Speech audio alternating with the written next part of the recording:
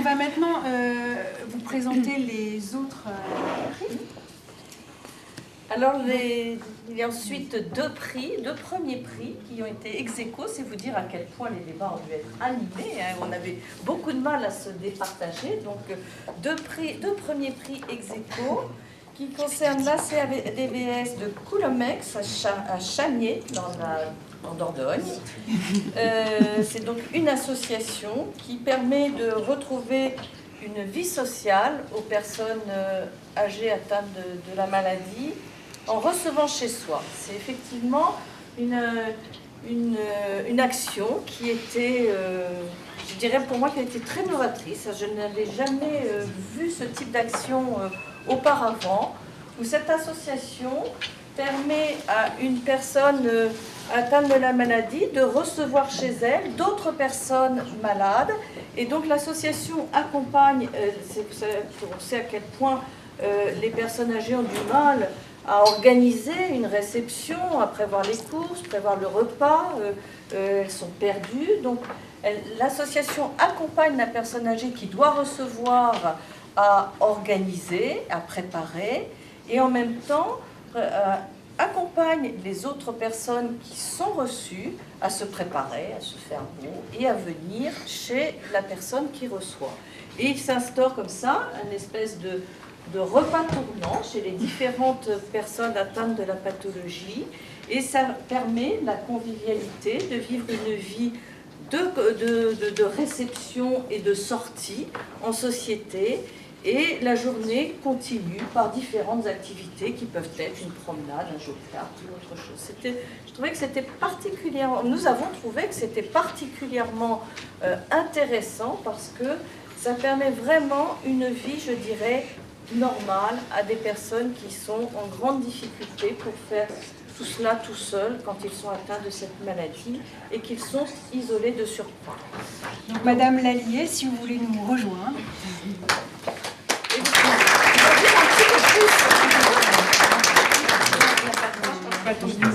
Voilà, bravo, parce que c'est vraiment très, très intéressant. Merci à vous tous, et ça nous touche beaucoup et ça va nous aider énormément À continuer toutes les initiatives à domicile dans la cité, et que les personnes âgées malades puissent continuer à tisser des liens avec des pairs du même âge, à recevoir et à être reçus aussi, sortir de chez eux pour aller chez d'autres convives. Voilà. Félicitations. Félicitations.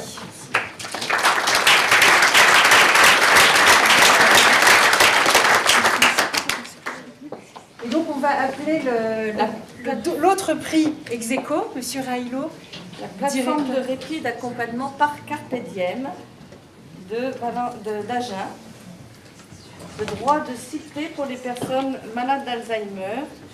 Au-delà du répit classique, l'équipe de la plateforme propose au gré des envies des usagers de nombreuses activités ouvertes sur la cité, comme des sorties individuelles ou collectives, associant les aidants familiaux et les personnes aidées dans des lieux et infrastructures sportives et culturelles de la ville, mettant en valeur les capacités et les talents des personnes malades.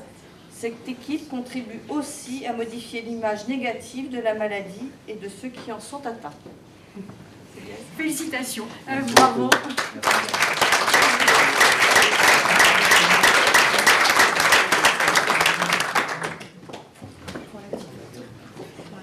Merci beaucoup. Félicitations. Et nous appelons maintenant le dernier prix des donateurs, l'équipe de Sarzeau. Madame Huette, si vous voulez nous rejoindre. C'est ouvrir l'accueil de jour sur la cité. Les activités et le fonctionnement de cet accueil de jour favorisent au quotidien la revalorisation des personnes malades et l'entraide mutuelle entre pairs.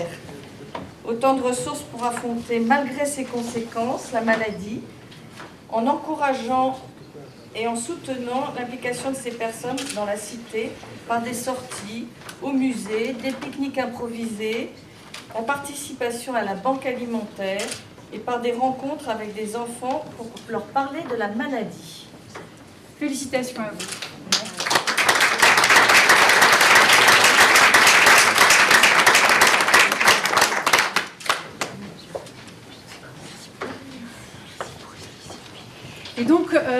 voilà, ça c'était les lauréats du prix donateur, et compte tenu de la qualité des candidatures reçues et de la richesse des débats, nous avons accordé 2 prix supplémentaires, 2 prix initiative locale à 2 équipes, donc ici présentes. Je vais commencer par vous présenter l'équipe du Centre de prévention des Alpes de Grenoble, que dirige Madame Geneviève Sanson, ici présente, et qui a eu un projet qui a énormément convaincu le jury, parce qu'il s'attaque à un moment donné clé dans le parcours de vie des personnes, à savoir le moment juste après l'annonce du diagnostic, moment dont on sait que les personnes, enfin à quel point les personnes peuvent être démunies, et également démunies par le manque de dispositifs adaptés à ce moment particulier qu'est le post-diagnostic, et le moment dont on sait à quel point aussi il est important, et une période à risque en termes d'isolement social,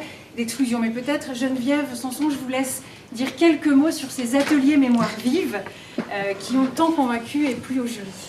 Merci. Écoutez, je suis très émue d'être aujourd'hui avec vous, et je parle au nom de toute l'équipe du Centre de prévention des Alpes. Alors, vous regarderez la photo qui a été choisie. Vous voyez donc, on se trouve dans un musée de Grenoble, et le jeune homme à genoux devant une personne malade est un psychologue. Et ça vous dit tout de l'ambiance et du respect profond que tous les professionnels du centre, mais comme chacun de nous ici, ajustent avec chaque personne qui fréquente le centre. En fait, merci beaucoup à vous, jury, de nous avoir sélectionnés. À vous, Fondation Médéric Alzheimer, de nous avoir sélectionnés encore, puisque nous avons eu l'honneur en 2011 d'avoir le premier prix initiative locale pour un autre atelier. Donc c'est vraiment très émouvant et très fort pour moi, en tant que directrice, d'accueillir ce prix. Faut que je me dépêche. Oui. Ça va. Voilà. Le centre de prévention est un centre bien vieillir, agir Carco, et je tiens aussi à remercier Anne Saint-Laurent ici, qui est là aussi, pour sa confiance qu'elle fait dans le centre de prévention. Elle n'a pas influencé les débats du jury. Voilà, les ateliers mémoire vive qui sont aujourd'hui l'objet de ce prix, en fait, s'inscrivent dans une dynamique préventive du centre de prévention. Et figurez-vous qu'aujourd'hui, on peut fêter leur 10e anniversaire, puisque ça fait 10 ans, quasiment jour pour jour, que les ateliers mémoire vive existent à Grenoble. En fait, ces ateliers sont proposés à des personnes qui sont malades d'Alzheimer pour répondre à leur demande d'être accompagnées dans l'évolution de leurs troubles, et à leur demande aussi de pouvoir prendre soin de leur mémoire. Donc on retrouve tout à fait ce que vous disiez, Marion. Compte tenu des effets secondaires de la maladie, comme le retrait social, etc., on connaît tous ce que ça peut donner. Ces ateliers sont des lieux de mobilisation des ressources cognitives de chacun et du groupe, à partir de visites culturelles, par exemple au musée, et de rencontres sociales. Ces ateliers aboutissent à la création d'un carnet mémoire, tout en photo-souvenir, c'est un objet en fait à partager ensemble avec la famille, avec les aidants, et avec toujours beaucoup de plaisir. On a de nombreuses personnes qui fréquentent les ateliers mémoire, qui ensuite vont en maison de retraite, et dans leur valise, ils mettent d'abord leur carnet mémoire. Ainsi s'éprouve et s'expérimente pour chacun sa réalité d'homme. C'est possible, toujours là, le plaisir de la culture, la confirmation d'appartenir à une communauté et à une culture, malgré la maladie. Et ainsi, chaque personne peut penser qu'il est possible de se sentir homme et de n'être pas réduit ou de se sentir réduit par la maladie. Les ateliers accompagnent donc chacun dans son travail d'appropriation de la réalité pathologique, dans la lutte contre la maladie, en appui sur une dynamique conviviale et sociale au sein du groupe et au cœur de la cité. Au moment où celui qui est malade a besoin de sentir qu'il n'est pas seulement un malade, qu'il a besoin de comprendre ce qui lui arrive, besoin de rencontrer d'autres malades et non malades pour continuer à être lui-même, il peut trouver dans les ateliers mémoire une réponse à sa demande avant de rejoindre peut-être d'autres dispositifs. Cet atelier contribue à lutter contre les effets psychosociaux délétères de la maladie et troubles apparentés, tant pour la personne malade que pour ses aidants. Et là, on s'inscrit résolument dans un des axes prioritaires de l'action sociale Agir Carco. En effet, les aidants donc, peuvent trouver auprès de notre équipe des personnes ressources pour eux-mêmes, sous forme de médecins, en particulier les médecins et psychos, dans le cadre des bilans de santé médicaux individuels et de temps d'aide aux aidants avec le psychologue, mais aussi pour les aider à penser l'évolution de leurs proches avec un possible lieu collectif dans le cadre de l'aide aux aidants et des ateliers. Les aidants peuvent bénéficier de la mi-temps, alors avec un jeu de mots subtil, à mi-temps et mi-temps, espace de rencontre pour échanger sur les difficultés et aussi penser l'avenir.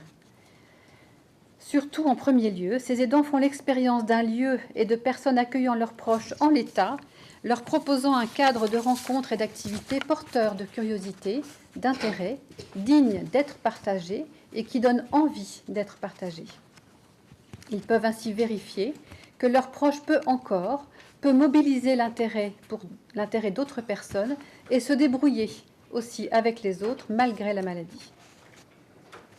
En arrière-fond, notre objectif est bien celui de la prévention de l'évolution de la maladie, une entreprise au sens de faire ensemble, qui peut faire cran d'arrêt dans le développement des troubles. Quelques chiffres pour finir. Il y a 10 ans, quand les ateliers sont nés, c'était un groupe de 6 personnes, 10 rencontres sur l'année, animées par une ergothérapeute et une psychologue. Aujourd'hui, en 2014, ce sont 6 groupes de 6 à 8 personnes qui mobilisent 5 psychologues, 4 art-thérapeutes pour 21 rencontres dans l'année. Donc on n'est pas plus du tout dans la même cour. Et de nombreux partenaires dans notre belle ville de Grenoble, soit en passant la capitale des Alpes, on est à la capitale ici, mais quand même la capitale des Alpes, reçoivent les groupes donc avec beaucoup d'intérêt. Ce prix est donc une reconnaissance et aussi un encouragement pour nous, malades et professionnels fréquentant le centre de prévention des Alpes, à poursuivre et à étoffer notre offre. Merci encore.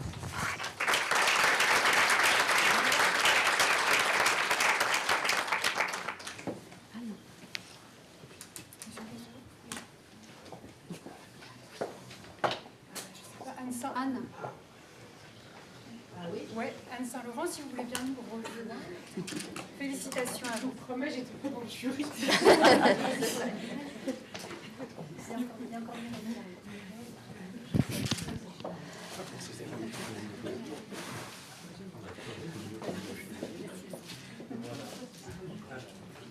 Pour la photographie, s'il vous plaît. Merci. Et donc maintenant, je vais appeler l'équipe du deuxième prix initiative locale, l'équipe de France Alzheimer Vaucluse,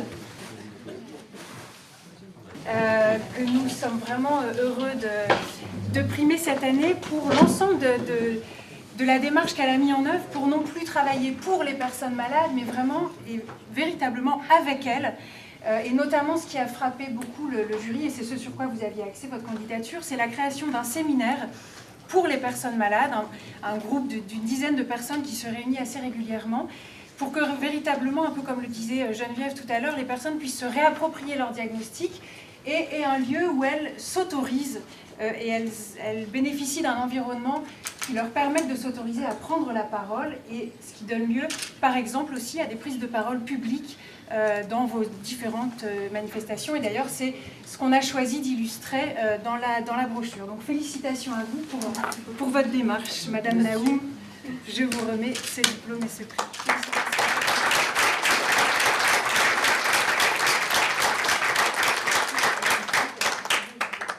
Oui, du coup, elle fait. Oui.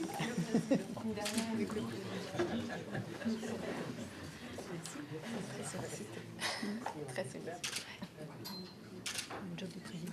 Merci beaucoup.